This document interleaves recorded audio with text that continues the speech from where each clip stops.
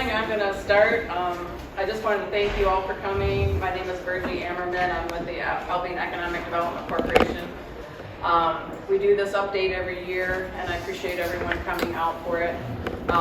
This is my second year to do it, so thank you for coming back for a return event. So here we are, my second annual. But we do this every year, and I'm very grateful for everyone to come. I want to recognize the EDC board members, Vicki Clark, Mayor, how are you? And Trevor, I saw you. Trevor is here today.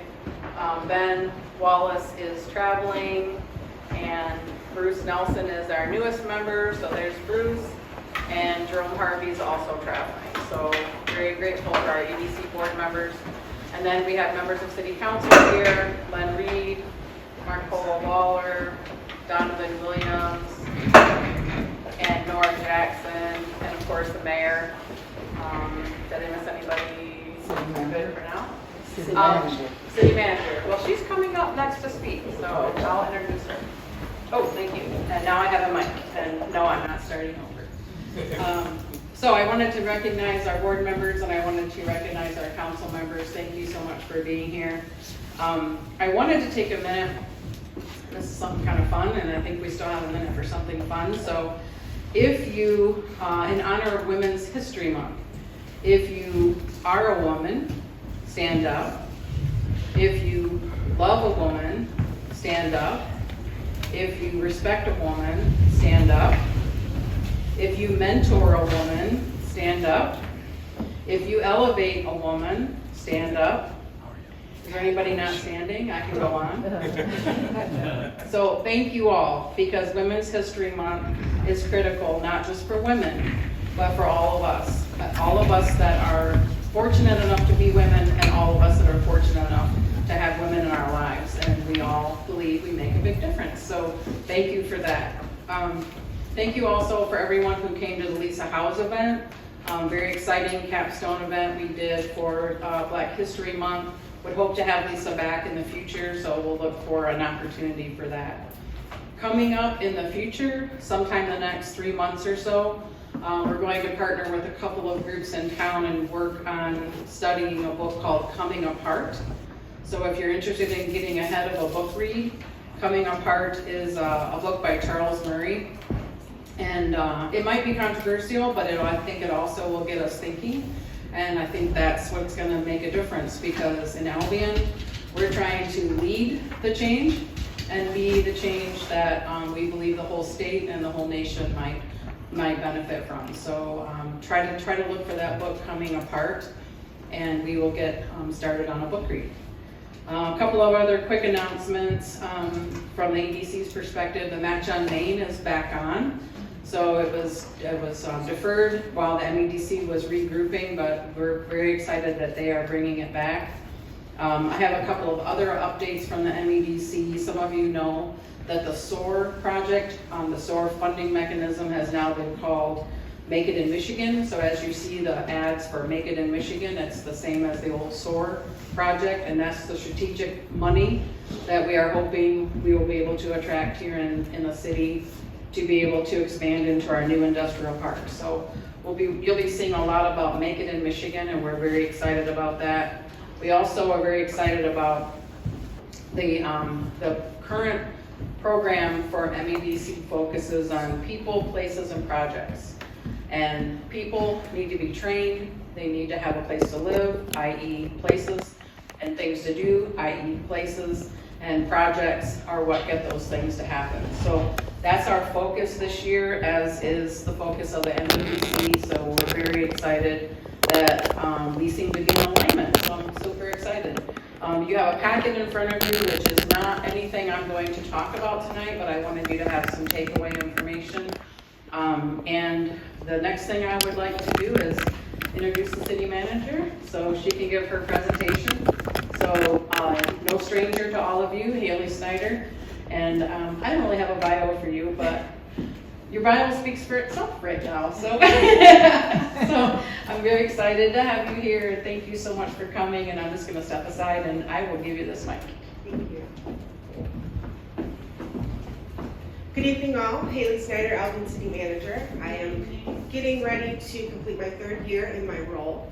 I'd like to say I get the pleasure of coming and sharing all of the great things going on in the city, but a lot of this would not be possible without our wonderful staff. So I just want to acknowledge all of the hard work that they do each and every day. So next slide, please. So this is an overview of our Albion City Council. We have Mayor Victoria Garcia Snyder, Donovan Williams, Lynn Reed, Mayor Pro Tem Laura Jackson, Marcola Lawler, Vivian Davis, and Andy French.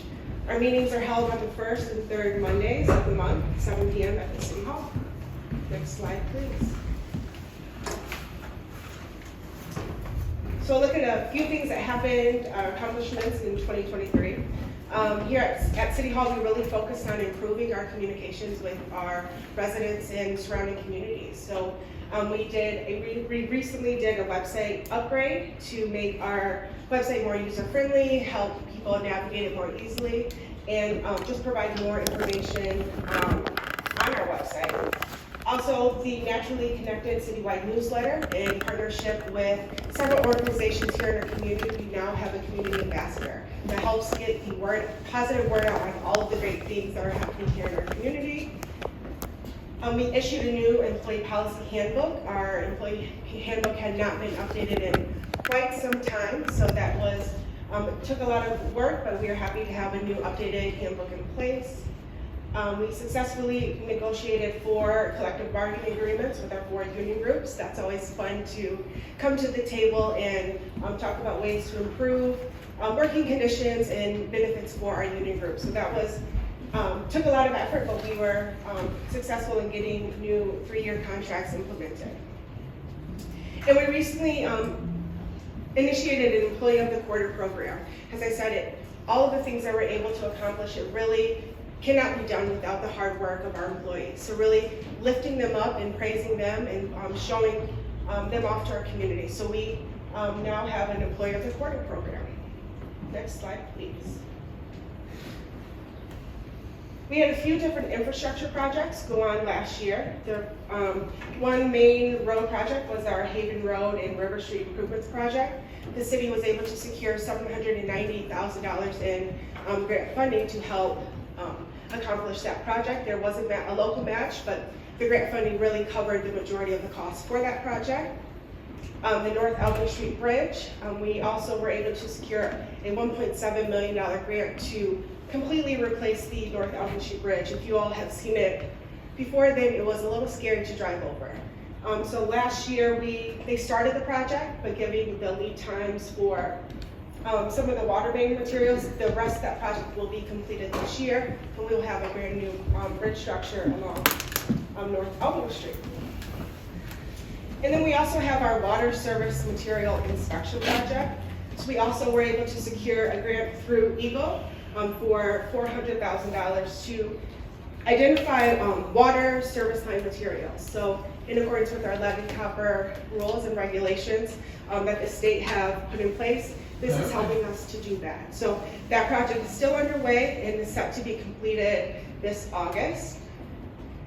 And then we are also able to secure funding for $18 million in funding through the USDA RD for a wastewater treatment plant upgrade. So our wastewater treatment facility will have a lot of upgrades to help enhance the services that we provide to our community. And that project will begin this June. Next slide, please. And I just want to highlight a few other grants that we were able to secure. We received a $1 million grant through the Eagle Dam Risk Reduction Grant Program. So we were trying to figure out what to do. We have 5 dams here in our community. And we're at a point where we either need to do a lot of maintenance and improvements, or the state is really pushing to remove the dams to let the waterways return back to their natural flow. So this is helping us in that next phase of the project. We have been doing a feasibility study to see what's our best option and solution to address our, the dams here in town.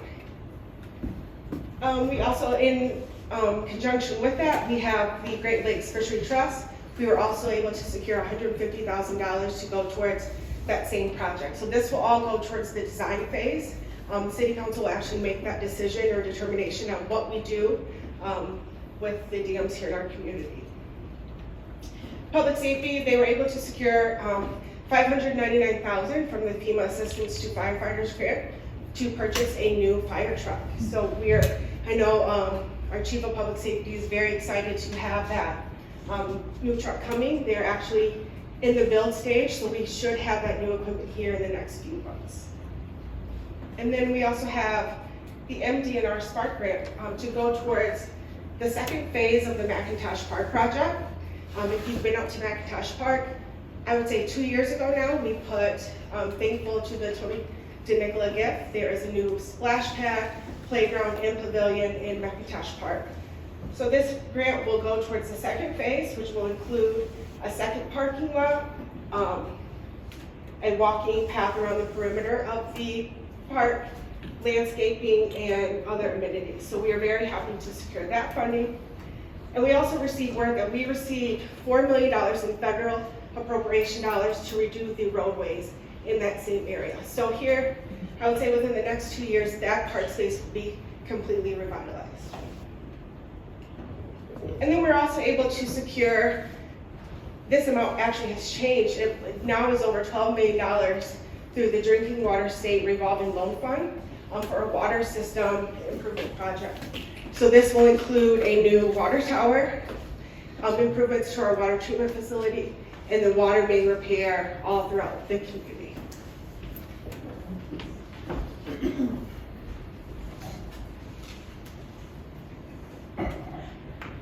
Sorry, I have a little one pushing on my lungs, so I may sound winded, but I'm okay.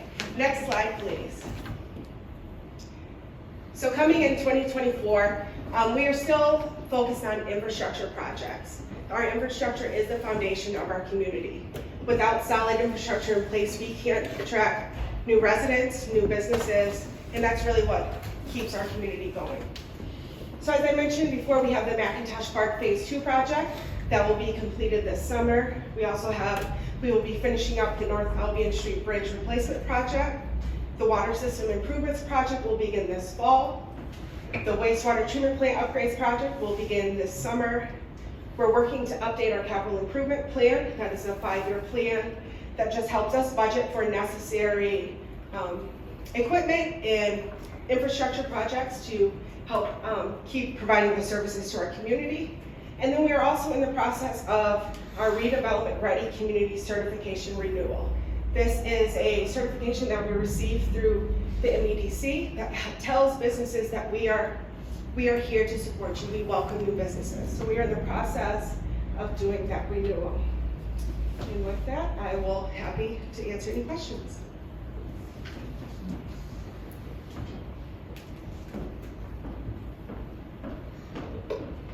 I'll pass it back over to Virgie.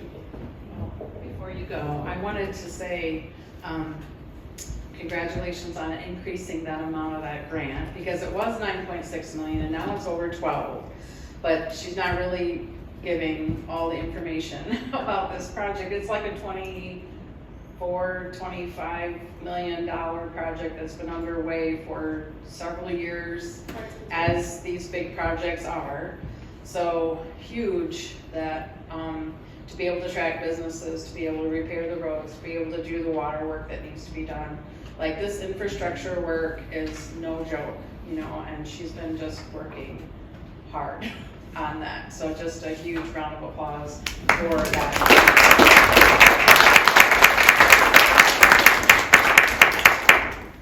Did we have any questions? I'm sure anybody have any questions for city manager? I know that some people have to leave early today for another meeting, so we've got a lot happening in Albion. We're up against a whole lot of other agendas, so we are recording tonight's meeting. We also have WODA has brought some of their videographers and photographers in because they're interested in capturing some of this information for later. So we got all kinds of opportunity to share the data later. So people are coming and going. I'm sure a community that knows how to pivot is the community that's really going to do great. So that's a nice thing about Albion, is very flexible and able to pivot and change as we have to go.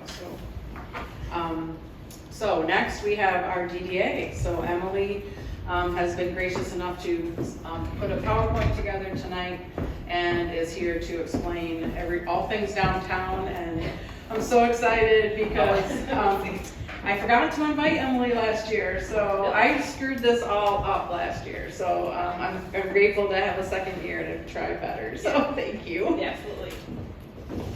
Good evening, everyone. My name is Emily Berbecki. I am a downtown business owner here in right here on Superior Street at the bakery. And so I've been a member of the DDA board since right around 2019. So I got just barely a year in before the pandemic rolled in to the DDA. And so it's, as I was reflecting back just recently on just the recent year activity, there's been a lot of growth and change within the DDA board as a whole. And part of it, I think we recognize how resilient and driven downtown businesses, residents of Albion are to open businesses, to run businesses. We had 7 businesses open during the pandemic, which was, seemingly unheard of. And a lot of those plans were put in place, but it was really amazing to see how many businesses committed to being downtown in some of the most challenging times, and they continue to exist there. So I think that that's really a testament to our community and those who want to serve the community here in Albion. So the Downtown Development Authority update is a part of one of our required additional information sessions for the public outside of our regular scheduled meetings. And so it's really great that we can do this when we already are collecting as a community and have this opportunity. And so if you aren't familiar, the Downtown Development Authority meets monthly on the second Wednesday of the month. We're early risers at 7:30. So if anybody wants to join us over at City Hall on Wednesday mornings, our next meeting will be a week from today. To yesterday. What day is it? I get my days always mixed up. So go ahead and go to the next slide. Our current members include Dave Atchison, who is a resident and owner in the downtown district, Councilmember Nora Jackson, Victoria Snyder as a mayor, Jim Stewart, who is also a business owner in downtown, Andrew Tesdale is a resident of downtown, myself, and then James Whitehouse, who is a community at large member as a part of the organization. So the DDA is made up of both business owners or individuals who have a vested interest in the downtown, residents of the downtown, and then community members at large. So you can go ahead and go to the next one. So the DDA continues to really ensure that we are continuing our discussions and our alignment to be within our downtown development plan. It can be really easy for boards to move beyond into some new ideas that are outside of the scope of development plans that they might have worked very hard to sort of establish and are meant to look at 5 or 10 years out. And so I think the board has done a really good job of continuing to revisit that document, not have it be something that just sort of sits on the shelf. A lot of effort was put into that as a part of Albion's Project Rising Tide, which was, again, a pre-pandemic opportunity provided by the state of Michigan under our former governor. And so that plan is very rich with information from residents and visitors to the downtown and business owners. And so I think the board has really continued to utilize that document as a guiding document and make sure that our discussions and our activities and the things that we're working on that are really in alignment. So I believe that if you were to go and look at the city's webpage in the downtown district and look at that development plan, that what I shared here today on what we've been working on and what we're looking forward to the future, that you would see those parts and pieces within that plan and feel like, yes, I do think that the DDA is really working on these things. And it will be soon time for us to really look at that again and reflect on what we've done over the past 5 years or so and what we do into the future. So we move on to the next one. So some recent successes. brought back the facade grants for the downtown district that had been put on pause and a hold while the DDA really struggled with revenue and what was coming in from the tax base at the time. I don't know the exact date or year that it was put on pause, but it had been a number of years since the DDA had awarded facade grants. So in 2023, we granted just shy of $15,000 to 3 projects in the downtown district. The cap was a $5,000 total for each project with a 50% match from those businesses. So really almost $30,000 went back into downtown businesses or downtown organizations, both by the business owner or the organization, and then as a match from the DDA. So those included things like improved entry doors that were handicap accessible, and things like windows and storefront windows that help to reduce costs for heating and cooling, improved facades like tuck pointing of brick structure portions, and then the Secretary of State building actually was, those were new windows that were put in the Secretary of State building, and the exposure of that very, very cool historic column that is there. So those were projects that came about through the DDA's facade grant. So in 2024, or I should say, our application window closed late 2023, and then these are funds for 2024. We did see an increase in the number of submitted applications. There's a slightly fewer total dollars, but still 3 projects, and the DDA has for their next meeting a potential sort of smaller round of a mid-year grant round, and really working to support some of the smaller projects that didn't quite have some of the parts and the pieces that were required for the grant approval. And so we have board members who are really working to support downtown business owners and downtown organizations to make sure that they bring really strong grants, so that we can make sure that we fund those projects. So, and we have really been then utilizing those facade grants as storytelling opportunities to market the downtown district, to market what's going on here in Albion, and tell the organizations that are really committed to the downtown district and being here, want to reinvest in their properties and spaces. So facade grants is one of the parts that we really feel like we made growth on in the last year. Marketing is another big piece of the plan. So like Haley mentioned, we have also contributed into Albion's first ambassador position.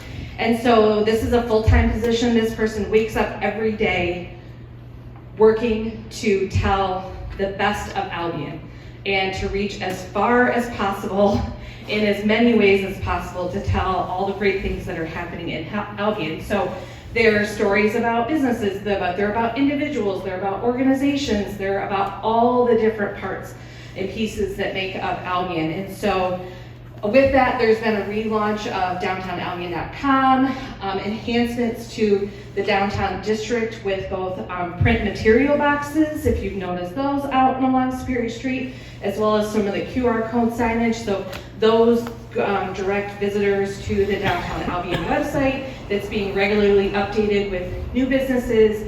It's got a calendar of information and all those things. So that's a piece that is really, we feel like, helping to do a part of the DDA's work of marketing and really promoting the downtown district. And then also last year the DDA approved a formal process to support other creators of events in the downtown district. So we have an application for organizations that are putting on events that are here in the downtown district to request financial support from the DDA to support those events. So third, we've been caretakers officially of the farmers market for I think almost 4 years now. Continue to work on improving number of visitors there, and as well as our vendor base. Those are true chicken and the egg scenarios. What brings visitors to the the farmers market, it's vendors, but what really matters to vendors is how many visitors are there. So we continue to work on what are the levers that we can impact and influence to support both of those organizations and, or entities as a part of that. So that is an area that I wish I had even bigger celebration towards, and said, we're going to celebrate the small wins on that one. But we need to continue to work on increasing those visitors and the number of vendors, because I think the Albion community, our agricultural and our artisan community is so rich and strong, and it has a huge history, and the farmers market is a great way for us to feature those here in the community in a central spot. And like I said, we're very happy to be able to have partnered with Community Foundation, Greater Albion Chamber of Commerce, and the City of Albion to support the Albion Brand Ambassador position, because we really feel like it has helped us to move forward with some of the items that are in our development plan. You can go on to the next one. And I also realized, as I was like reviewing a few things, we did a parking study in 2023, and I kind of forgot. And part of the reason I sort of forgot about that was that overarching was we have plenty of parking. We could do a lot more to maintain. So part of the DDA's discussions have been, how do we set some funding aside to make sure that we can maintain and improve the parking that we currently have? It's not that we need additional parking or access to parking. We actually have plenty of spots, but they're not well mapped out and labeled and all those things. So those are part of the things that we're really working on in the coming years. So we continue to work on long-term improvement plans for Stauffer Plaza. We were certainly disappointed when we were not awarded some of the placemaking grant funding in the latter part of the year, and so we're hopeful to continue to work on identifying grant funding opportunities and other ways that we can take and work on some smaller parts of a larger overhaul of Stauffer Plaza and improvement and placemaking for that. And then signage is a big piece, both for our trailways, parking. There's a lot of signage and wayfinding improvements that we can make within the downtown district. So that's a piece of the work that the DDA is undertaking this year and into next year. And that also sort of has gone along with a bit of a conversation and work about understanding the city's sound system that is in downtown, making sure that it is accessible and available for big events such as Festival of Forks, but that when we want music and different kinds of things, that's really ready, and it doesn't have to be a 5 or multiple week troubleshooting process to even get that going. So that's a conversation about wired versus wireless and wonderful things like that. The board also, as a part of our funding, or I should say our budget discussion in the latter part of the year, really committed to bringing in some grant funding to the DDA specifically, potentially for projects such as signage or the sound system or Stauffer Plaza. So those are, we feel like we have opportunities to apply for some smaller grants that make sense for the DDA, and so the DDA, all the board members really made a commitment to work on that in this coming year to really identify some great opportunities for us. And then maintenance is another piece that the board has really been working on to understand how do we continue to maintain everything from the light poles to the Christmas lights, to make sure that those things that we have don't need to be replaced fully in 5 or 10 years, that we can keep up on the maintenance. So we've been working with the city manager and the maintenance department to understand the needs within the downtown district of those items and understand what's within the scope and the capacity of city staff to be able to take on projects, or do we work in partnership to identify independent contractors in some of those situations. So those are parts that we're kind of working to understand as well. And like City Manager Snyder mentioned, communication has been a piece that we've really been working to make sure, so the newsletters, the online information, but also writing some updates with going into our newspapers just about what the DDA is working on is a part of the DDA's commitment to improving our communication with the downtown residents and business owners, but also the community as a whole about what is going on in the downtown district. And so it doesn't go without certainly challenges. We continue to have unfilled seats on the board. So if anybody here isn't a downtown resident or has a vested interest in downtown, please apply. But also I think building consensus around projects and making sure that all stakeholders are included in conversations and that they are really help move the community and make sure that this is a space and an area that is attractive to visitors and that we continue to bring more and more people into the downtown district and it's a positive experience for them. And really continuing to understand the impacts and the needs of downtown businesses in the district. You know, they certainly are a huge piece of where the downtown gets their revenue. So there's a lot of parts like, the hotel sort of taxes goes to the Visitors Bureau, but ours is primarily from property taxes and then personal property of business owners within the district. So it's important for us to really stay connected to those stakeholders in the area, and so that just is challenging.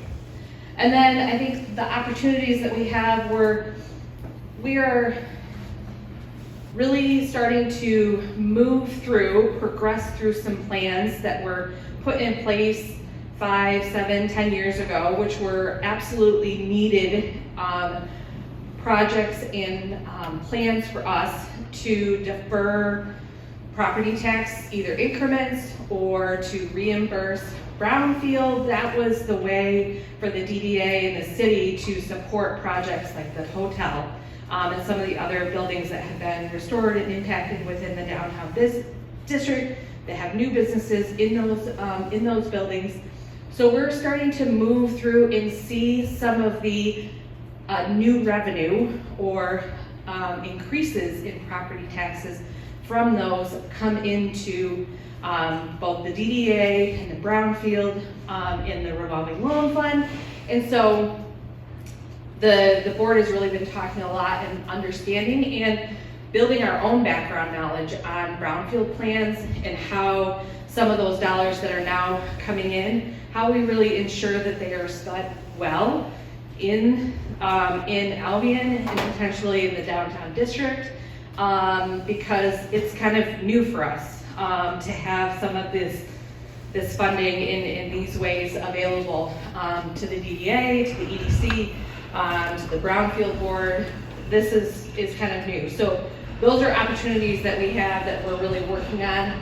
I think the small projects are really good opportunities and good potential wins for us. Those are those opportunities. I think we're getting close to maybe where the DDA can have a part-time director in the coming years, just based on revenue and revenue projections that we have over the next few years, which would really help us to meet some of the needs on connecting with downtown businesses and again, improving our communication, and those public and private partnerships continue to be strong and they continue to sort of come to us and make themselves known, such as the Battle Creek Real Estate Agents Group has an interest in supporting some placemaking projects here in this area because they support the Calhoun County area. So those are opportunities, those are some private and public partnerships that I think if we continue to work to put ourselves in a really good place of thinking about in the future what could be some projects, then we're better able to capitalize on those opportunities when they come to us. I think that might be the last of my slides. Yeah, 7 out of 7. So I guess questions?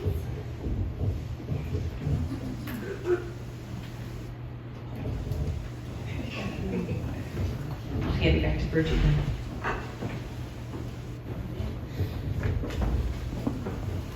So our speakers must be doing an incredible job of explaining everything there is to know. So we don't have very many questions, but if you think of any, please interrupt us as we move forward.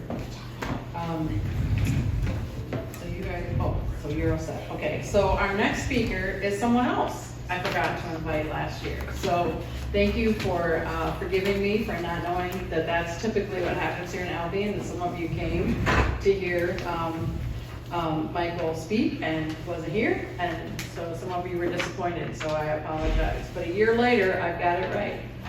So Michael Horrigan from W. Upjohn Institute is here to give an official economic forecast. So, and I don't know if you want to use this mic or... Sure. Yeah, I'll let you have this one. I can scream, but I think the mic is a little bit better, right? Okay, all right. I'm going to see if this works, and it doesn't. All right, never mind. So I will ask you to just slide forward. Just slide forward. Okay, cool. Thank you, Virgin. And no problems with the invite. I'm new too. This is my 5th anniversary, but I finally start feeling like I'm part of the community. So totally understand. But thank you for inviting me, Representative Hosmuth. Welcome, the Mayor Snyder. Sean is from our Michigan Works, which is part of the Upjohn Institute, and Sean was actually telling me that I think you're having a job fair relatively soon. With KCC, Delaware Community College. Back over. Yeah. So next slide.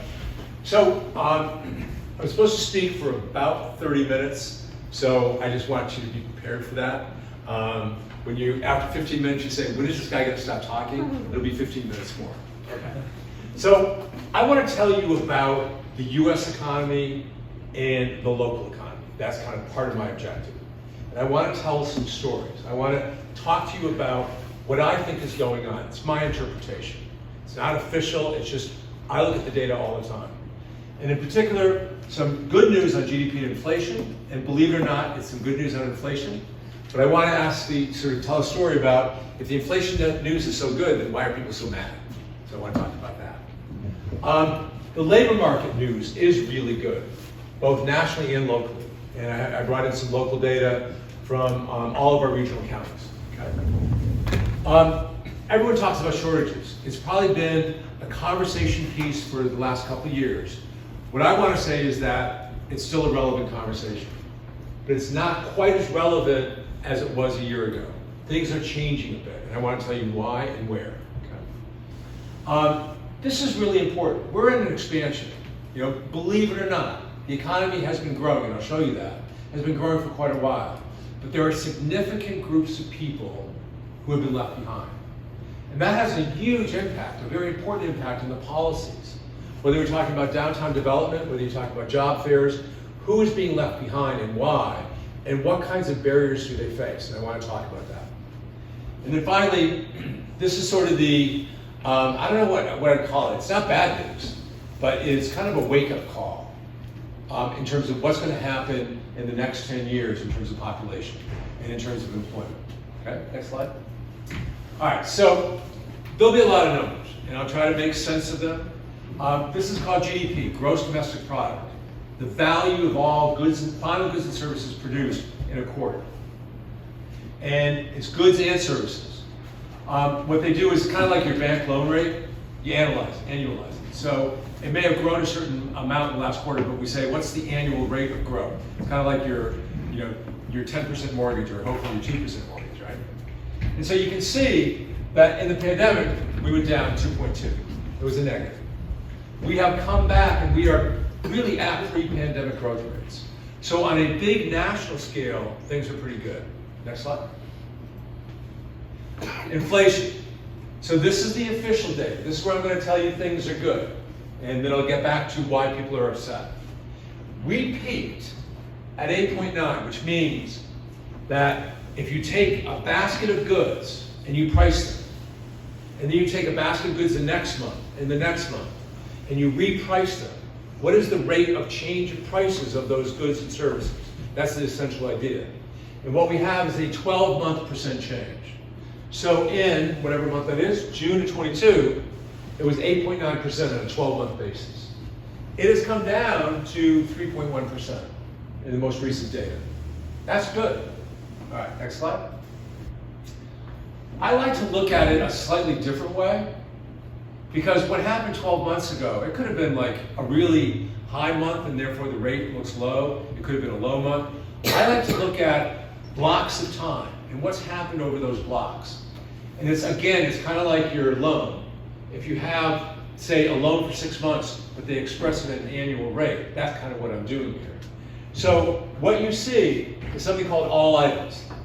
This is the measure of inflation for literally all items, goods and services, okay? And in January to June 22, it has had an annual rate of 11.1%. That's not good. That's pretty high. And from July to December of 2022, in orange, it was 3.1. In the most recent period, January 23 to January 24, 3.1. So you can see there was this really bad period, and it has eased. Now, what's important is that foods come down. I know what you mean about the light. Yes. It's fun. Foods come down. Core has come down. Now, what do we mean by core? It's basically all items, and then you take out energy and food, because those are pretty volatile. Okay? Commodities, goods like tables, chairs, etc., way down. As a matter of fact, it went negative. I mean, prices do fall, right? Believe it or not, prices do fall. So what's the stubborn part in our economy? Services. Those are still relatively high. Okay? All right, next slide. All this slide is saying is that if you look at wage changes on a 12-month basis, and you mentioned, I think, benefits in one of the comments, benefit changes, or just the total, wages and benefits, compensation. It was pretty steady, and then after the pandemic, with all the things happening with inflation, it rose. And even now, it's easing a bit. I mean, it's great to have higher wages, right? But on the other hand, a pressure on wages also has an impact on businesses. And so what this is saying is that when the wages, if you have lots of shortages, you're offering higher wages. This is actually a little bit of good news, in the sense that wages are still growing, but businesses are not in this hyper-competitive environment to offer more money. Okay. Next slide. All right. This is a slide that's fun for me. I don't know if it'll be fun for you. But there's 70 categories of items in the consumer price index. Think of like fruit and vegetables, okay? There's 70 of them. And all I did, are you familiar with the Fed? The Fed's target for inflation, right? They want to have inflation at 2.1%. And that's for a certain data series. For the CPI, that translates into 2.5% annual rate of inflation. That's their target. And what I wanted to look at is, all right, with those 70 items, what percent of those items are greater than 2.5%? In June of 22, it was 91%. It was not a good news economy. Guess where it is now? Whoops, you can't see it because of my shadow. I feel like Peter Pan. 34.3%, which is getting back to where normal has been. Again, good news. All right, let's see why people are mad. Next slide. I looked at something called an average price. So there's fuel oil. The data on CPI, they collect like 85,000 prices a month. It's a huge operation. And they have thousands of observations on everything. Fuel oil, 281. Then between February 20 and January 24, it maxed out at 597. So it's come down to 377. So inflation's come down. You're still paying more than February 20. That's what people are mad about. Take a look at milk. 320 to 422 to 396. Do you call that progress? Well, yes. We have to also look at what happened to our wages. But the fact is, this is why people are still upset, because they go to the grocery store and they buy gas. And they see this, right? I mean, you all know, you go out to eat for breakfast, how much does it cost, right? It costs a lot these days. All right, next slide.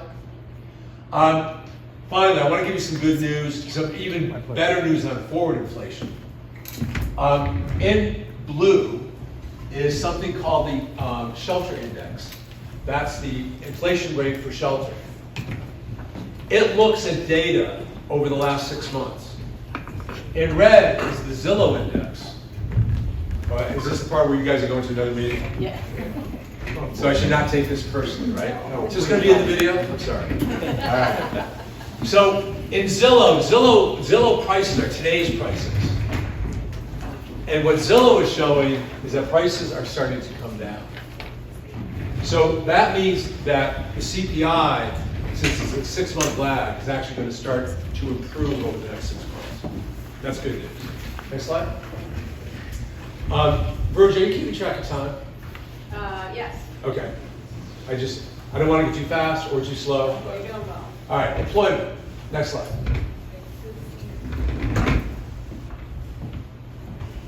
Our economy lost over 22 million jobs in 2 months. It's the pandemic. I mean, it was a singular event in our economy. And all I'm doing here is saying, all right, let the December level in 2007, let the December level of employment equal 100. And now let's just track it relative to 100. And so, because I can't put 22 million on a chart, you know, it would go through the ceiling and all the way down, right? So I do it based on 100. It comes down 22 million. And look at where it is. It's above the pandemic high. February 20 was a peak, and then the bottom fell out. And now we're above it. We're above it by over 353,000 jobs. Next slide.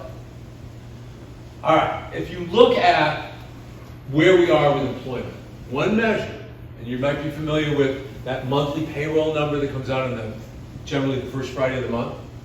It's the change in the size of payrolls in the United States. How many jobs changed? What was the employment change? And you can see it was 353,000 in January. That was the estimate.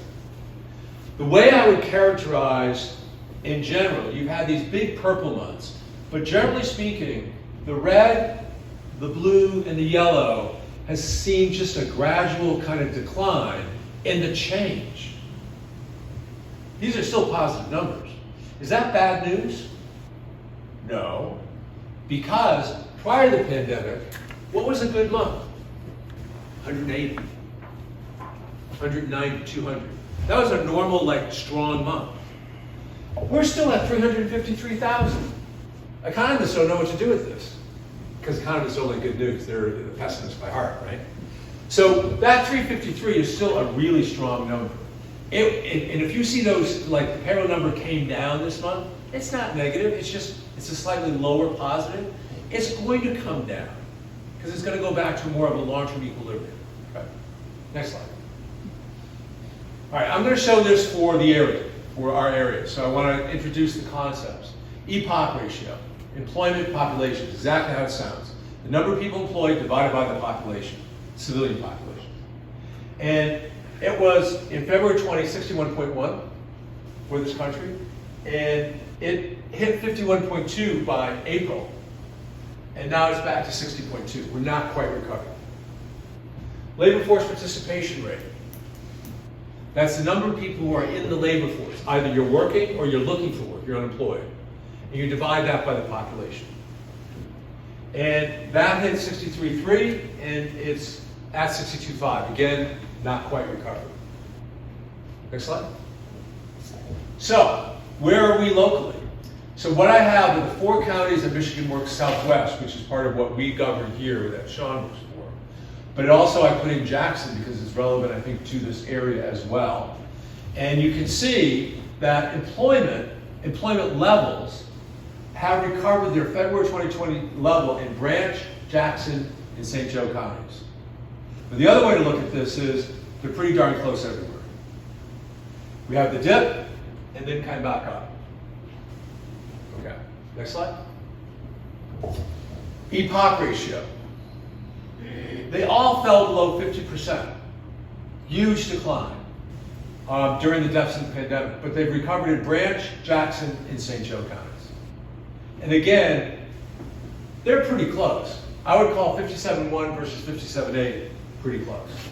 So I think in terms of this area, we're actually doing, in terms of the recovery back to February 20, And I use kind of February 20 as my marker of when things started going downhill and then coming back up. We're doing better than the overall economy, I think, in this area on these dimensions. Next slide. LFPR, labor force participation rate. They have recovered in Branch, again in Jackson, and in Kalamazoo counties. And again, I would describe it, relatively speaking, as very close for all of them. Again, I think it's a little bit stronger than the nation. Next slide. So we all talk about the unemployment rate, and I gotta say, I mean, I used to run the program that put out the unemployment rate every month and the inflation rates. That was my prior job. I spent years running the measurement programs at the Bureau of Labor Statistics. And I love the unemployment rate. It's just boring. Because you don't really know what's going on with the economy. All you know is that it's good. It's come back down in Calhoun to 4%. And in Branch, you can see it went way up and then it's come back down. But it doesn't really tell you overall about the health of the labor market. You have to look at more than just the unemployment rate. Okay? But terrific recovery in all these counties. Next slide.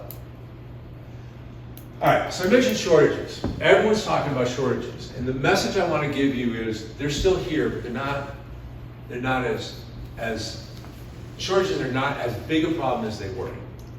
But I want to give you better advice than that. I want to tell you what industries seem hot in terms of being really in shortage, which ones are strong in terms of being in shortage, but which ones are really cooling, which ones are weak. And so the first thing I'm going to show you is, what do I look at if I want to see a shortage?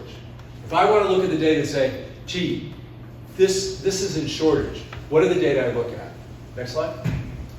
So the first thing I look at is this wonderful data series called Job Openings and Labor Turnover. And they've recently put out this data for Michigan and for all states. Okay. In red, you have job openings. This is the number of job openings on your books, if you will, on the last day of the month. It is not, and I repeat, though I haven't said it yet, I will repeat, it is not job postings.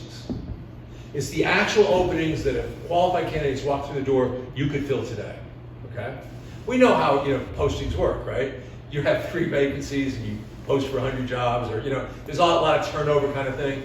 This is our actual job openings you could fill. Hires, so it's on the last day of the month. Hires are the number of hires over the month. And you notice at the end of 2020, 2021, 2022, openings went way up relative to hires. That's called a shortage. One dimension of it. It has eased a bit. You can see openings have come down. So that's one piece of evidence. Next one. By the way, these are all national numbers. I'm going to show, I'm not looking at industries yet. I'm going to show you in a minute. Quits.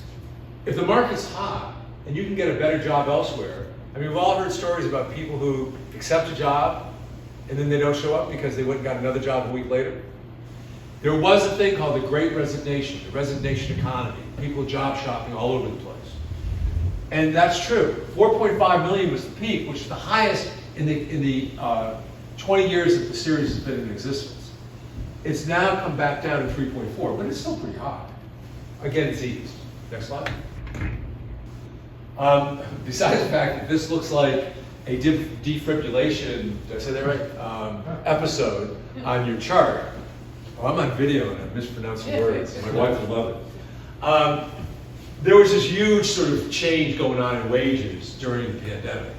So what you really want to look at is, before the pandemic, kind of, it's, we're an expanding economy, it's slowly rising. But now look at where we are, here. We're still way elevated. So wages are still a strong indicator. I mean, think of it this way. These are average wages. When you want to find a new worker, you offer higher wages to new workers. But if the average for all workers is going up because you want to retain workers, that's even better and more convincing to me evidence that we're in a shortage. And so the elevated wages, I think, are a sign, but those have been easing a bit. Next slide. Then, this is a repeat of the other slide. I just want you to know, the other thing I look at is employment growing? If it's a hot market, you don't expect employment to be declining, right? All right, so, next slide. I'm not going to go through every industry with 4 slides per industry on the signs of shortages. I'm going to tell you what I found. Health is hot. It's hot on all the dimensions. Job openings are bigger than hires. Quits are still high. Wages are high. Employment is growing fast.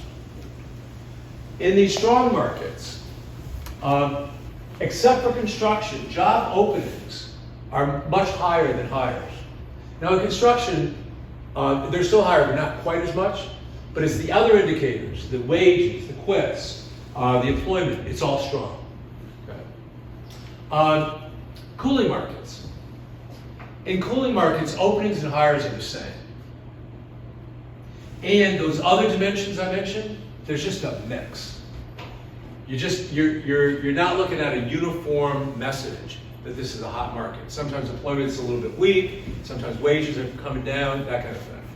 So I see a lot of cooling in the job shortage areas, and then the weak market is retail, trade, and non-durable manufacturing. Employment has been falling in those industries. As a matter of fact, in non-durable, 10 out of the last 11 months. A significant period of decline. So the cooling markets are leisure, transportation, and wholesale trade. And I think the economy is going to continue drifting from the hot will become strong, some of the strong will become a little bit more cooling. I think it's going to be hitting back towards a more normal equilibrium. Next slide. So, who's getting left behind in an expansion? Remember the term, it's the she recession? Well, I'm not a marketing expert, but when I look at the data, I would call it the she, less than bachelors, everybody who's less than bachelors, and basically people who are in marginalized groups, people of color, that are also being left behind. But with a real focus in all of those dimensions on having less than a bachelor's degree. Of the 22 million jobs lost in 2 months, approximately 63% of them were in lower wage industries, where the lower wage is dominated by people with less than a bachelor's degree in terms of their educational attainment. There was a focused, the job loss was really focused in particular areas. Next slide. So what I've done here is I have less than bachelors. This 4795, even though it's a positive number, represents job loss from February to April. Again, I'm doing February to April 2020. This is saying that we lost 4.8 million. These are in thousands. 4.8 million jobs. We regained 3 million. For which group? White, non-Hispanic males. Now I'm using categories that come out of the surveys. These are not the words we use in our culture. These are words that are captured through the survey instrument. Okay? Non-white males, where I'm combining non-Hispanic blacks and blacks according to the survey, and then white non-Hispanic females, and non-white females. And you notice that the two of the groups, this doesn't say anything about the quality of the jobs that were regained. But what it does say is that there has been a real decline in employment coming back of white non-Hispanic males and females. The other thing that it's saying is the job losses in all these groups dominate everything. You don't see these, sorry, I should have had a slide on it, but you don't see these kind of job losses in those with the VA area above. The job loss was focused on all these groups with less than a VA. All right, next slide. All I did here is I said, all right, let's take a look at these two groups, the white non-Hispanic males and females. Let's look at their labor force. Their labor force in February 20 and then January 24, and I did it by age group. And because I was kind of interested in that whole thing of like the retirement economy, are all the older people disappearing? Well, it turns out their employment actually increased from February 20 to January 24. But overall, every age group was negative. And so the potential labor force lost was almost 3.5 million of those two groups in terms of withdrawals from the labor force. All right, next slide. This is looking at the kind of raw data. I was able to do some analysis. And these are people who are out of the labor force, but they want a job now. and they say they have reasons why they can't either look for work or take a job. It could be something as simple as, I just don't believe work's available in the area, or I'm in school, I've decided to go back to school. So good, bad reasons, combinations. And if you look at all the reasons, the number of people citing this, that number has come down. But if you look at people who are out of the labor force, want a job now, and cite childcare, family responsibility, or transportation as a barrier, that number hit 1 million in the summer of 2020, and guess where it is now? 1 million, 1.1. These are groups that are facing significant barriers that we are trying to reach through Michigan Works, through the work that we do with the Downtown Development Authority. How do we get the folks who are having problems, just even getting to work because they don't have transportation, getting to work because they don't have childcare? This group is still very, very large on a national basis. Next slide. Of that group, 55% of that group are females with less than a BA. That's where you get the she recession. That's where you get the she recession with less than a BA. Okay. Next slide. All right. I'm sorry, I don't know how I'm doing on time, but I got to get through these slides. Am I doing all right? Go ahead, yeah, you're fine. Okay, good. These slides are a little scary, but they also represent a real opportunity. I want to talk about long-term, kind of the forecast part of this. What is happening in the long term in terms of demographic trends? Where is our economy going? Next slide. Well, first of all, and this is from the Research Seminar in Quantitative Economics. Very hard to remember that name. It's at the University of Michigan. They do the budget forecast for the state. They do a national forecast, a state forecast, and they do some regional, not a lot. One of the things they do is they look at population. And in yellow, that's the national growth of the population. And what they're saying, which a lot of people are saying, is that somewhere in the 2040s, our natural growth, without immigration, our natural growth of the population is going to start declining. Now, for immigration, they just put the actual data and then they put a straight line, because basically what they're saying is we don't know what's going to happen in immigration. Okay. Now, I'm not going to walk into an immigration debate tonight. But what I am going to say is that I think we need to change the conversation on immigration. And in particular on high-skilled immigration.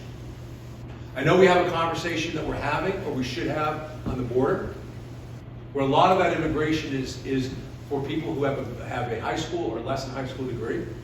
But we need to have a conversation about high-skilled immigration. I'll say more in a minute. Next slide.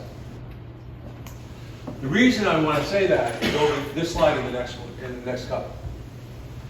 The Congressional Budget Office puts out projections of population and employment. And they also put out estimates based on actual data. So from 2012 to 22, that's 10 years, 120 months. Employment in the US grew from 142 to 158 million. So if you take that change, you divide by 120 months, you get an average monthly change of 131,000.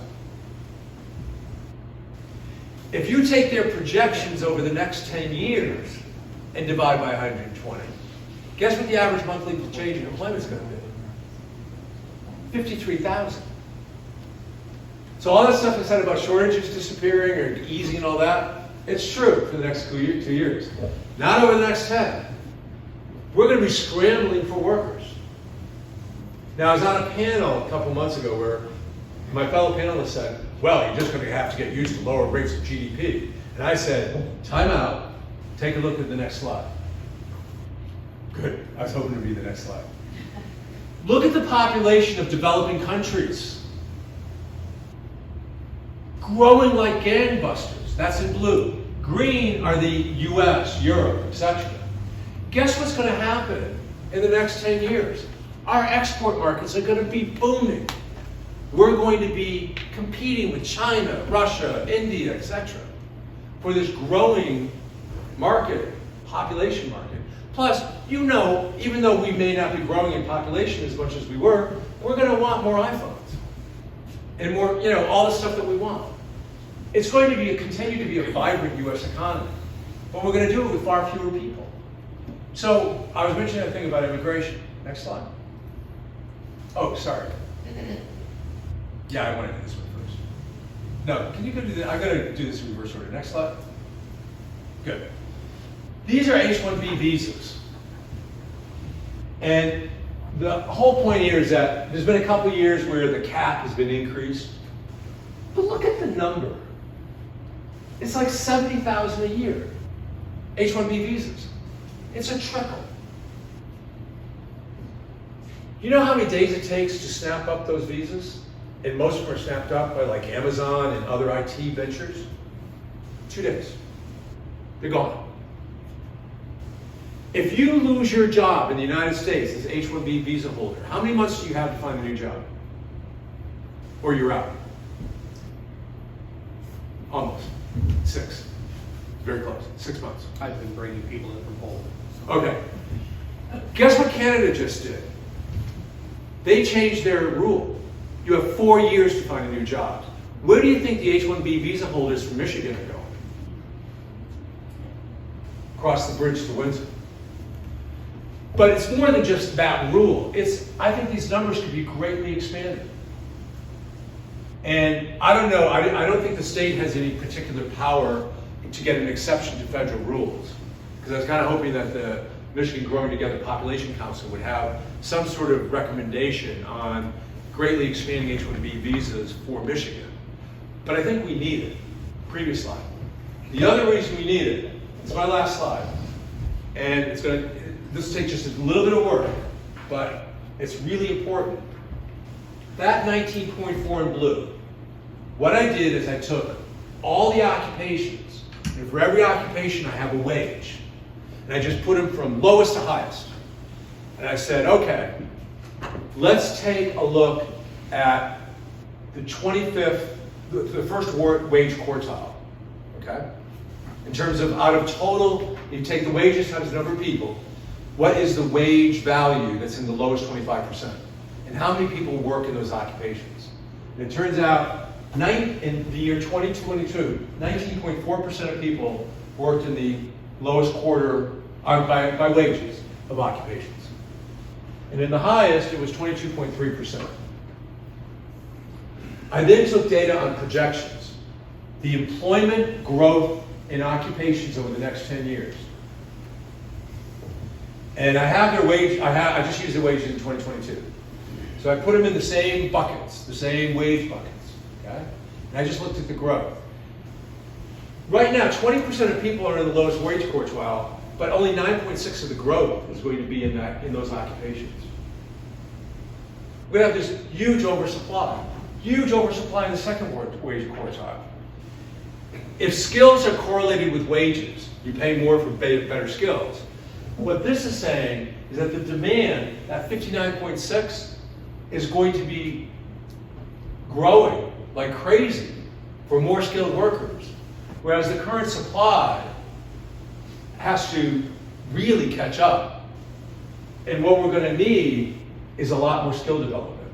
And that skill development will either come through workforce training programs that private industry provides, that we have from the Going Pro Talent Fund through Michigan, that we have from Michigan Works, that we have from just economic development agencies in Albion, in Southwest Michigan First, Connexus, Cornerstone. But we're going to need more skilled workers. And that's where I would contend that we're also going to need to have immigration of more skilled workers, because we just can't keep up with the numbers. And that is my last slide. Thank you. Questions? Yes. So, question with the immigration, and we're not going to get into that. As is now, is there a chance to train the individuals coming in? And do you see anything on the horizon in terms of training centers, et cetera, will get into the fourth quartile? Well, so I'll answer that in terms of what I know versus just what's theoretically possible. So one of the things I've been working on a lot in the last year is trying to estimate the demand for occupations related to EV lithium-ion battery production.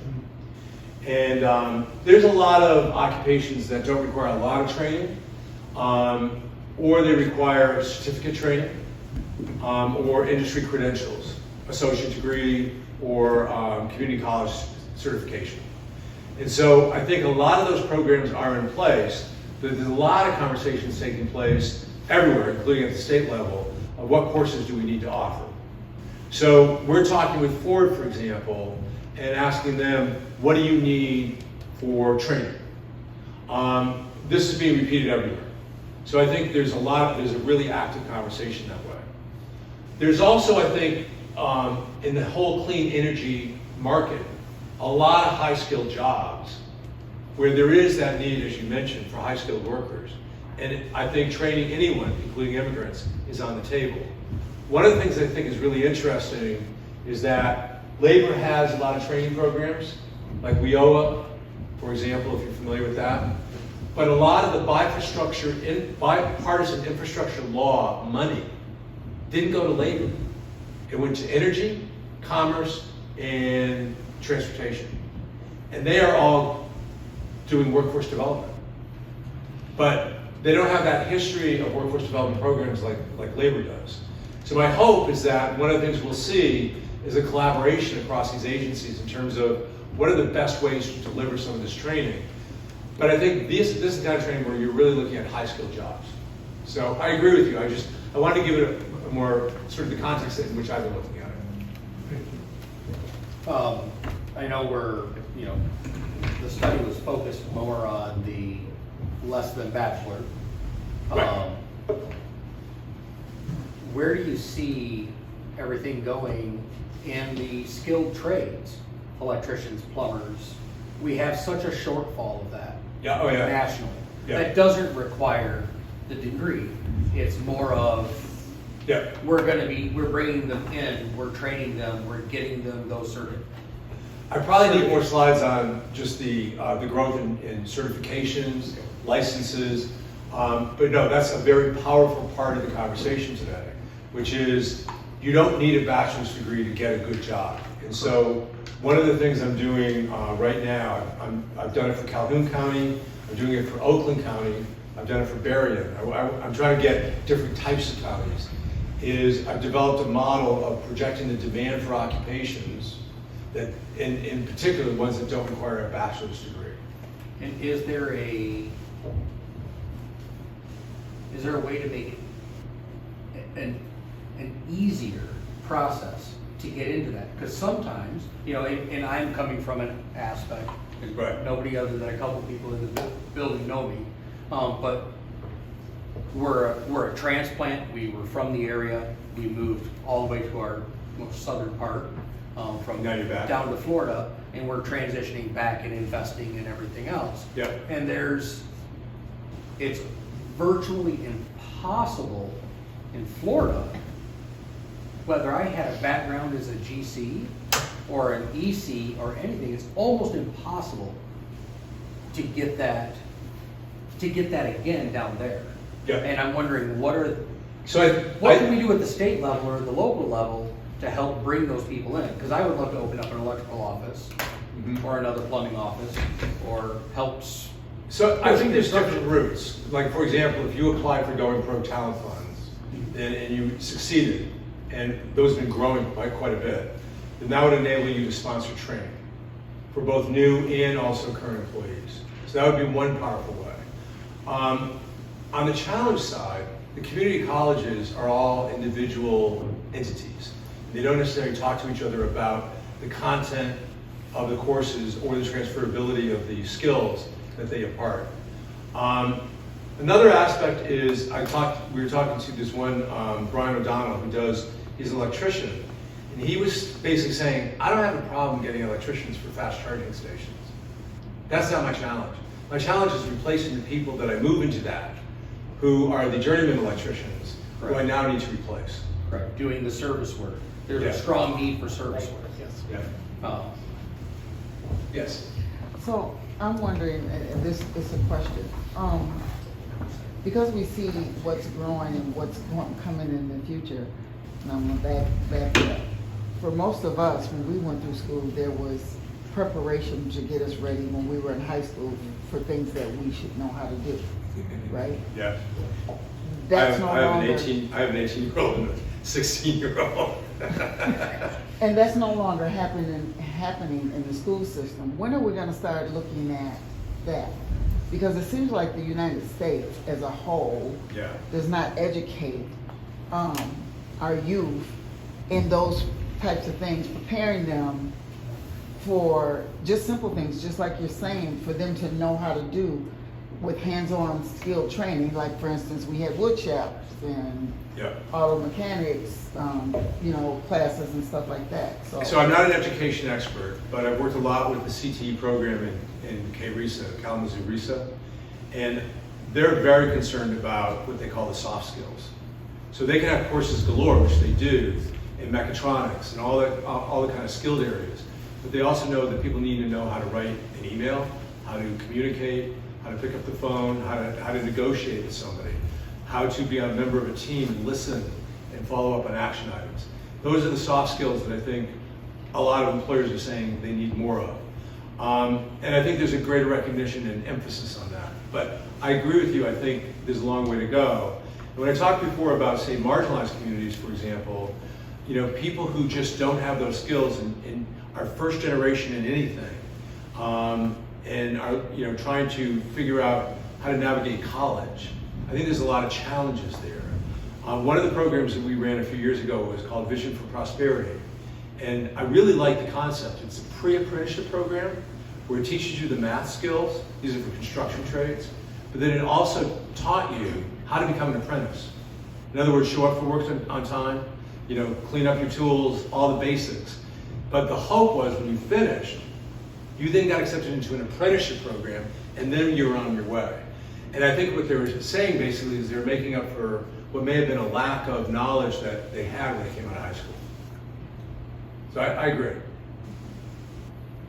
So I don't know if this mic's working, but I would add, perfect segue in your packet.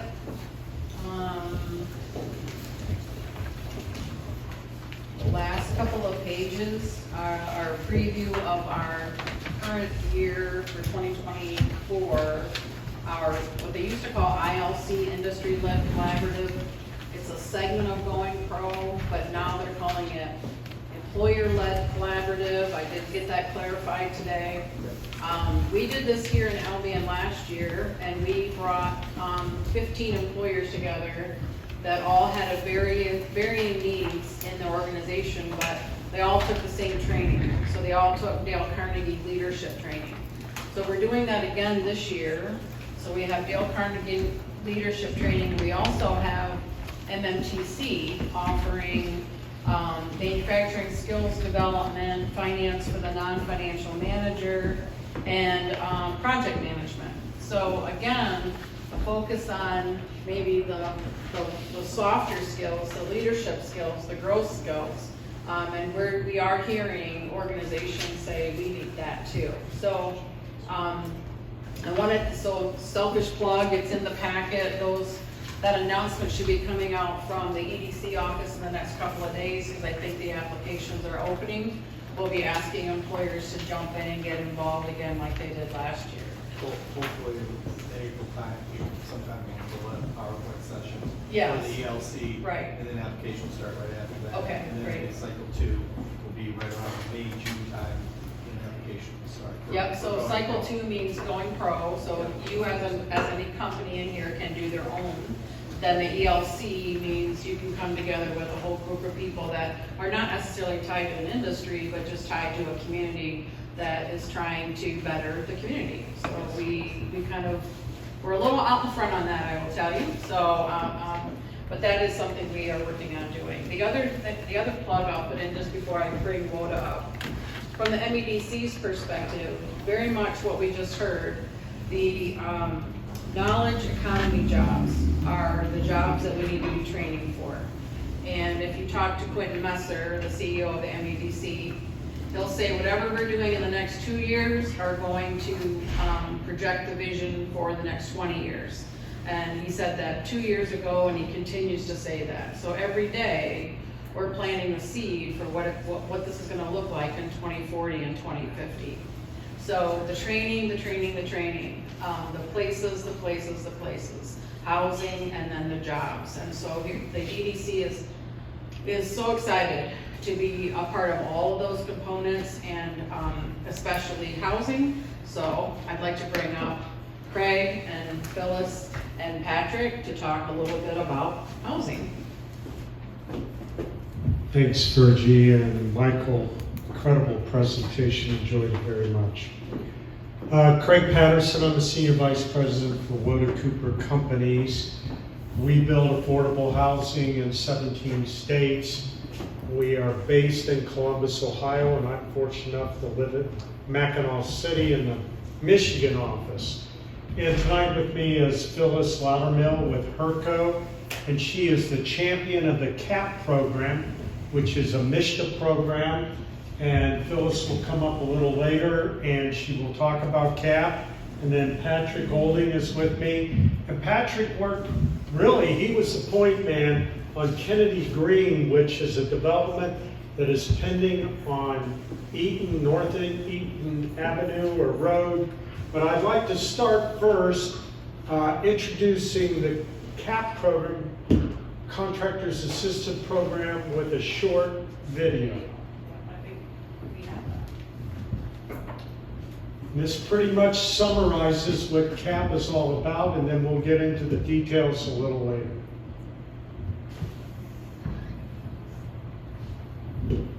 CAP program is an exciting opportunity to address the workforce shortage.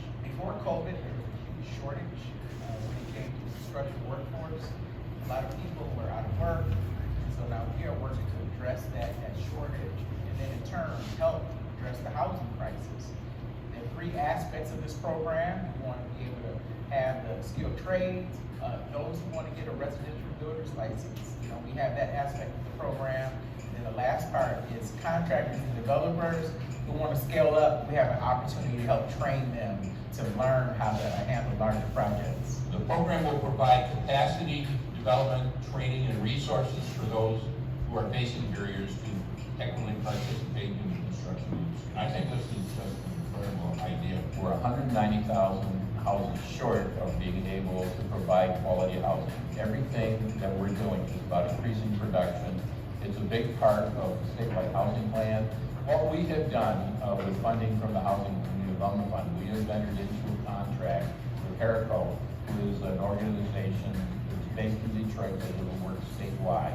The owner of HERCO is actually a graduate of the program years ago, and what she will be doing is she'll be working with a group of professionals that she's worked with for generations, provide the training to all of the young people who will be going through the program. And then they'll be placed on projects like this one here today to actually have on-site skills. And they'll be working around the state in urban and rural communities. So we pull people from all over the state. We have to fill that gap everywhere we go. The CAP program is all about learning. It's about putting things together so you can be a contractor, and if you want, you can be a builder, and then you can have your builder's license. It encompasses so many things that if these young people, and I call seasoned people, because we have some of us as well, if we take the opportunity of that, we're going to be a very unique group in Michigan. We are so excited that the governor has challenged us to go into those areas, those geographically underserved communities, in urban areas, the rural areas, and find people who are looking for employment. This is the first time I have ever seen this type of collaboration in Michigan ever, from the east side to the west. So I'm very grateful that I'm able to see this happen, and we're gonna rock some socks off. So Phyllis will come up in a few minutes after I introduce Kennedy. Family owned and operated for over 15 years. Harvest Solar and Kennedy Green, which is a pending application for MISHDA, 48 units, affordable housing with rents that will be targeted at the AMI level of 30 to 80% AMI of the local Calhoun County rents. Next slide, please.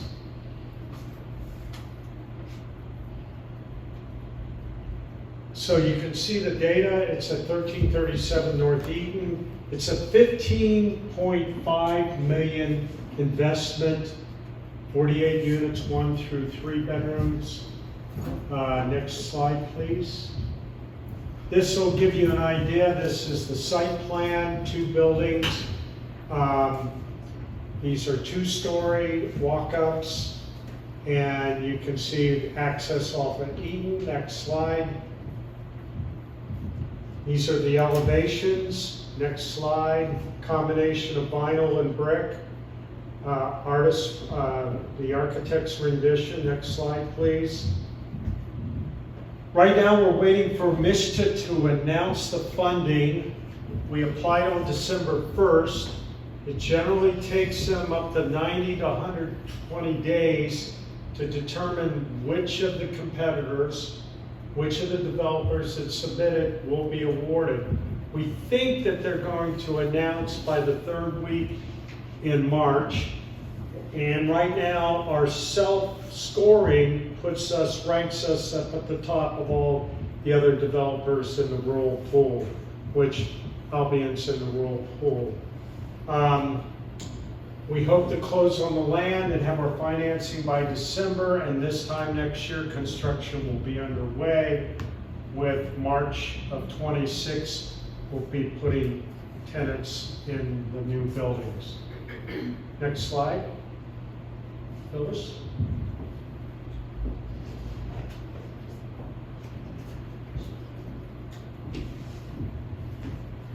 I'm gonna try and go over here. Is that okay? Sure. I've been standing on that. I've been buying basketball shoes. Skinny Heights won their game, and so we got a call that there was a need, and we filled it. You know, one thing about being older in the room, you tend to have conversations for a long time.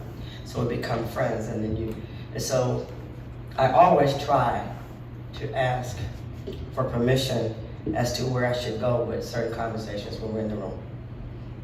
Because I think that when we look at where we are and the trades and all the job opportunities that's available to us, there's tons of reasons why there are a gap in those areas. And so some of those is diversity inclusion, some of those are training, some of those are skill sets in schools, lots of things. But you know, much is given and much is required. So that means that if we did a lot, maybe that was not enough. If we did nothing, that was really not enough. And so at the end of the day, just doing, it means that we do together. And if we do that, then things will work. So I was a CAP graduate. So if you look at me and she said, how many of us are girls? And everybody stood up and said, how many like girls? And then I'm gonna say, how many like older girls? So now at 65, it is a great thing. And so, WODA, I've known this company almost over 10 years. I didn't get there overnight. It took a lot of time, learning, trusting, and growing together. So, if you look at all the assessment we did over the years about what was the gap and who we're gonna put to work and who's not reading and who's not participating, and how are you gonna buy a house if you can't afford to buy milk? How do you choose what trade you go into? How do you get rid of those barriers, like the guy that was incarcerated that can't find a house, or I can't get to work because I don't have my license, or it just goes on and on and on and on. I have a partner in the room, and I think he's native here, and that's Mr. Mark Smith. So we go from one age to the other, and we learn from one another. I'm the older, and they're the younger. What I found is that the CAP program was the program that I knew that we had to be a part of. We worked hard to pull the pieces together. I brought a group of communities together because you can't do this by yourself. We sat down, we talked about it, like how to write this grant. Because one thing about getting seasoned, you don't want to waste your time. And all money is not good money, and all opportunity is not the best. So I knew that this would be the time in history where we really could make a change, the governor, Mishta, put together an opportunity and we applied for it. So it's HERCO, my company, and Detroit Training Center out of Detroit. We became a partner, and then I realized we needed someone bigger than us. We needed a WODA, someone that can teach us about developing and give us that opportunity to be at the table where places we would not go. And then I realized after all the things we needed, if you do the math, from 25, I went a little further. I subtracted 25 from 18, I got 11. So then we started doing what? Creating parent universities. Then I realized I can't send the parent to work if you don't teach kids how to go to work. So we partner with high schools, elementary schools. So one of our partners, Muskegon Heights, the other one is Muskegon. And then I realized Job Corps. In our schools, everybody did not go and do what they should have done in school. And everything that we've labeled is not necessarily not a good student, right? So we put those young people and those kids that don't want to go to college, they can go to Job Corps. Those kids that want to go to college can learn about being a business owner. So this CAP program encompasses everything from getting your builder's license, for real estate, skilled trades, soft skills, fair housing. We tried to put everything we could imagine in this, it's a pocket of toolbox to recreate the world that we just got through talking about.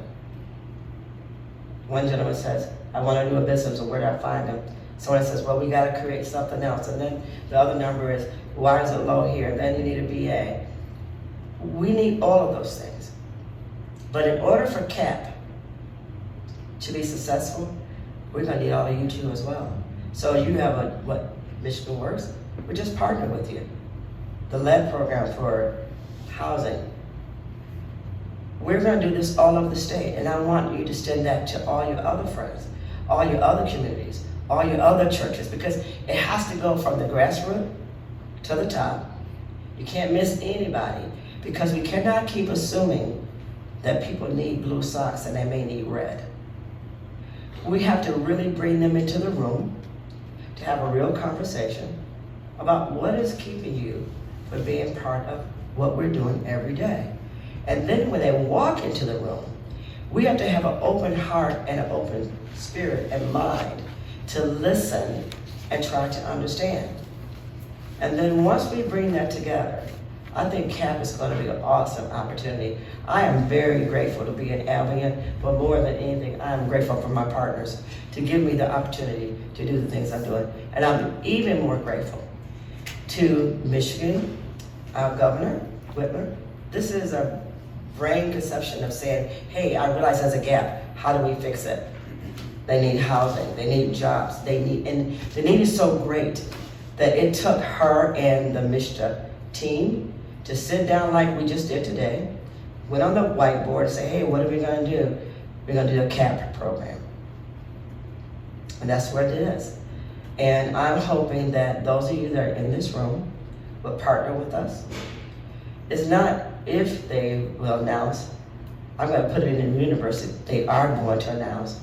And if and when we do, because we are coming to work here, we wanna work with this community. We want young people to come and work on those jobs. So when we start training, we want them to come train. You have to have training to do what you need to do. So I think this training for campus went across the board for everything, for skilled trades. And just say that you want to be a business owner, you can actually get your builder's license. So I'm gonna say this, let's put on our socks. Don't put your shoes on too tight, because I'm gonna kick them off. And I tell you something about what we're doing tonight. Some of those young people and adults would have been here, but there's a couple schools, Muskegon and other schools around us, even in Grand Rapids, they're now working for their titles. So I'm here with the guys over there. But I have a great team, and we have people that are already ready to work. And we work with the unions as well. So my union is 1191 Laborers, and they're the carpenters, and they're there at Job Corps. And so we want to fill that gap with all those trades. And the reason why, because people want to go home. They want to retire. But don't we want the best when we go home? Because we're going to have to retire too as well. So I hope that you would stop over to see me. I hope that you would give me a chance to come and sit with you again, to have a more in-depth conversation. And look forward to us coming to this community. And then I'm going to take you on the other side, and the east side and the west side, because every one of us need one another. So thank you again for giving us this opportunity. And again, my name is Phyllis Loudermill. And if you like to find me, it's hercompany2@yahoo.com. Phone number is 616-828-6750. Warning, if you do not find me, I will find you. I'll be knocking on that door and ask you, how can we work together to change our communities? Any questions? Next slide. Phyllis, you might want to say something on the next slide. It was cold that day. Very cold. We were in Traverse City. So, interesting when you go up north in different areas, right? And so I'm a journaler. And I write at night to collect not only my thoughts, but to remind me if I made an A, B, or C in my life, in my walk that day. And that's how I keep myself on point. I always want to be an A, but just I might got a D because I said something I shouldn't say, or I did something, whatever. But this day was the most interesting day. So if you picture this project that we're on, we're looking at section 3. I don't know if anybody knows what that is. We're looking at how to create employment around certain populations, right? So we're walking, and this is Scott, and he's educating me about things I don't know, and I learned a lot. I learned about, the electrical pod, why I was going to move over there, going into the room and watching the drywall. I'm learning so much that my eyes are opening, because I've been there a long time. I thought I knew everything. I don't know nothing. But this whole idea of just being in this community was amazing. And then we went to the city, and there was a conversation had about, did we need housing? Was there any problems in our city? Well, if you look at Traverse City, you never thought there would be anything like that there, because it's a very prevalent city. People there, they retire there. Yes, they have some of the same social ills as everybody do. So we say no what left behind? There was no city left behind. So when you talk about the CAP program and the WOTAs and things we're doing, it's going to allow us to probably be so impregnated in other communities, like a Traverse City, that you probably would not think you see housing such as that, but it's going to be everywhere.